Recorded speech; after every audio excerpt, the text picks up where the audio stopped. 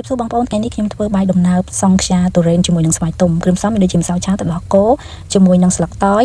ហើយក៏ដូចជាពងមាន់ខ្ញុំប្រើ10គ្រាប់អ្នកទាំងអស់គ្នាដាក់សិនបើសិនសល់យើងទុកតាមនឹងទៀតទៅហើយអង្ករដំណើបក៏ដូចជាស្ករត្នោតយើងប្រើស្ករសក៏បានអ្នកទាំងអស់គ្នាតែសម្រាប់ខ្ញុំដាក់ស្ករត្នោតវាឲ្យមានរសជាតិឈ្ងុយឆ្ងាញ់ហើយអ្វីដែលយើងខ្វះបានហ្នឹងគឺស្វាយទុំល្អមែនទែនបងប្អូនបីដែលមិនអាចខ្វះបានគឺផលិតផល Light Skin ជាសរោមដែលជួយបន្តឹងស្បែកមុខខ្ញុំបន្ថែមធ្វើស្បែកមុខខ្ញុំហ្នឹងកាន់តែតឹងគ្មានស្នាមជ្រុយជ្រួញនៅលើមុខត្រឡប់ខ្ញុំមិនសិនតែខ្ញុំញ៉ាំអីយ៉ាងច្រើនអញ្ចឹងខ្ញុំដឹងតែរត់ហាត់ប្រាណ15នាទីទៅ30នាទីឬឲ្យផឹកទឹកតែក្តៅៗដើម្បីជួយកាត់បន្ថយជាតិខ្លាញ់អាហារជាតិពុលដែលយើងញ៉ាំចូលទៅក្នុងខ្លួនហើយជាពិសេសគឺយើងស្រាលខ្លួនណាអ្នកនរគ្នាអត់ស៊ីស្អុះឡើងគីឡូអីចឹងខ្ញុំត្រឡប់ខ្ញុំតែអញ្ចឹងឯងហើយក៏មិនមែនជាអ្នកតមអាហារខ្លាំងអីម៉ានេះពីច្រើនគឺញ៉ាំច្រើនប៉ុន្តែខ្ញុំញ៉ាំតែព្រឹកមួយកែវងាយមួយកែវជាប្រចាំការញ៉ាំទឹកក្តៅអ្នកនរគ្នាធ្វើយើងស្រួលខ្លួនណាអ្នកនរគ្នាគួរតែញ៉ាំរាល់ថ្ងៃដូចខ្ញុំបងប្អូនដែលឆ្ងល់ថាបងថ្ងៃមុខអាចរយមុខសរសៃក្រហមថ្ងៃហ្នឹងបាត់ដល់ណាងាយស្រួលទេបងប្អូនអ្នកនរគ្នាគ្រាន់តែជ្រើសរើសប្រភេទហ្វូមទឹកបង្កទឹកជូតមុខដែលមានសារធាតុរ៉ែល្អហើយនឹងសម្រាប់ជូតពេលយប់ពេលព្រឹកហើយនឹងសរោមបតក់នៅពេលយប់អត់ងាយញ៉ាយច្រើនទេហើយដល់ពេលព្រឹកឡើងបងប្អូនលាងហ្វូមហើយជូតទឹកជូតមុខម្សាទៀតប្រើលេថ្ងៃទៅខ្ញុំធានាថាស្បែកមុខបងប្អូននឹងស្អាតម៉ត់រលោងដោយដែលបងប្អូនឃើញអញ្ចឹងសម្រាប់បងប្អូនដែលឃើញខ្ញុំខាងក្រៅហើយក៏ឆ្លាញ់សាច់ដៃខ្ញុំមុខខ្ញុំគាត់ថ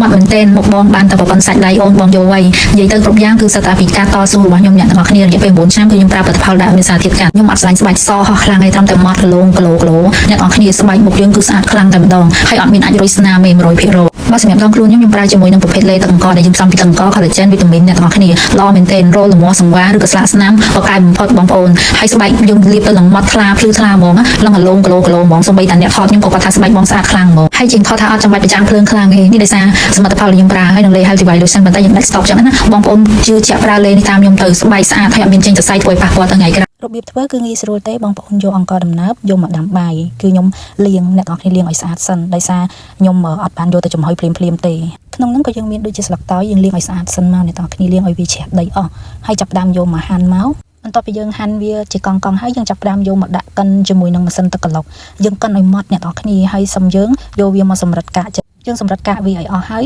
យគឺយើងចាប់ផ្ដើមចាក់ចូលមកជាមួយនឹងអង្ករដែលយើងដាំមកសំល្មមកុំដាក់ច្រើនពេកខ្លាចវាជ្រាយចាប់ផ្ដើមយកពងមាន់មកគោះដាក់នឹងឆ្នាំងទូចមួយមកខ្ញុំយកគោះយកផ្នែកក្រហមហើយនឹងសខ្ញុំដាក់តែចំនួន7គ្រាប់ទេដោយសារខ្ញុំឃើញវារៀងចូលពេកហើយខ្ញុំដាក់ស្ករត្នោតចូលប្រហែលជាមួយកូនចានអំបិលបន្តិចហើយនឹងចំនួនទឹកដោះគោហ្នឹងមកសំល្មមអ្នកទាំងអស់គ្នាខ្ញុំដាក់ថែមជាមួយនឹងខ្ទិះដូងប្រហែលជា3ស្លាបព្រាចូលទៅយើងចាប់ផ្ដើមគោះគោវាឲ្យសព្វអ្នកទាំងអស់គ្នាហើយខ្ញុំក៏ថែមជាមួយនឹងល្បាយទឹកស្លឹកតើយបន្តិចដើម្បីឲ្យវាមានរសជាតិឈ្ងុយហើយនឹងមានពណ៌ស្អាតហើយយើងចាប់ផ្ដើមចាក់សម្រិតចូលទៅនឹងចានដើម្បីយកទៅចំហុយវាអ្នកទាំងអស់គ្នាយើងដាក់សង្ខ្យាចំហុយចោលទៅយើងចាប់ផ្ដើមមកធ្វើជាមួយនឹងខ្ទិះស្រូបនេះខ្ញុំប្រើខ្ទិះប្រហែលជាកន្លះគីឡូអ្នកទាំងអស់គ្នាស្ករ2 3ស្លាបព្រាហើយក្នុងហ្នឹងក៏មានទុរេនដែរតែខ្ញុំអត់បានថតហើយទឹកដោះគោមួយចំនួនចាប់ផ្ដើមដាក់កូននៅលើភ្លើងយើងកូរវាសព្វហើយកុំភ្លេចដាក់ជាមួយនឹងម្សៅឆាថែមបន្តិចផងដើម្បីវាខាប់ងាកមកមើលសង្ខ្យាខ្ញុំចង់ដឹងថាឆ្អិនមិនឆ្អិនខ្ញុំយកចង្កឹះមកដោតអត់ជាប់ទេមានន័យថាសង្ខ្យាខ្ញុំឆ្អិនហើយឡើងល្អខ្លាំងមែនទែនងាកមកមើលសង្ខ្យាគឺគួរឲ្យចង់ញ៉ាំហើយចំណែកអង្ករដំណើបយើងវិញក៏បានឆ្អិនដែរហើយពណ៌វិញឡើងស្អាតហ្មងហើយស្វាយទុំយើងក៏បានចិតរួចរាល់អ្នកទាំងអស់គ្នាឃើញមានបាយដំណើបទឹកស្រូបជាមួយនឹងទុរេនហ្នឹងហើយសង្ខ្យាស្វាយទុំ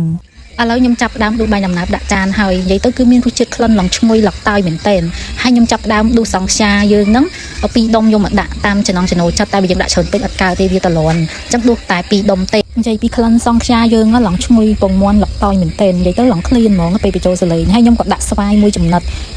ហើយអ្វីដែលខ្ញុំត្រូវថែមហ្នឹងគឺទឹកខ្ទិះជាមួយនឹងទុរេនយើងនឹងតែម្ដងអូយឈ្ងុយគ្រប់យ៉ាងហ្មងបងប្អូនហើយក្លៀនម្សាទៀតពេលបញ្ចូលសលេងហើយបាយដំណើបសង្ខ្យាយើងក៏បានរួចរាល់មើលរូបរាងបាយដំណើបសង្ខ្យាឲ្យបន្ទុកប៉ុន្មានដែរបងប្អូនឥឡូវខ្ញុំក៏ចាប់ដើមដួសដាក់ប្រអប់ដើម្បីយកទៅជូនចាស់លោកយាយលោកតាដែលគាត់នៅវត្តអង្គរធំហ្នឹងអ្នកនរគ្នាប្រកាសជាស្គាល់ហើយអញ្ចឹងខ្ញុំបានយកបាយដំណើបធ្វើដំណើរទៅដើម្បីជូនដល់លោកតានៅកាន់នៅវត្តអង្គរធំហ្នឹង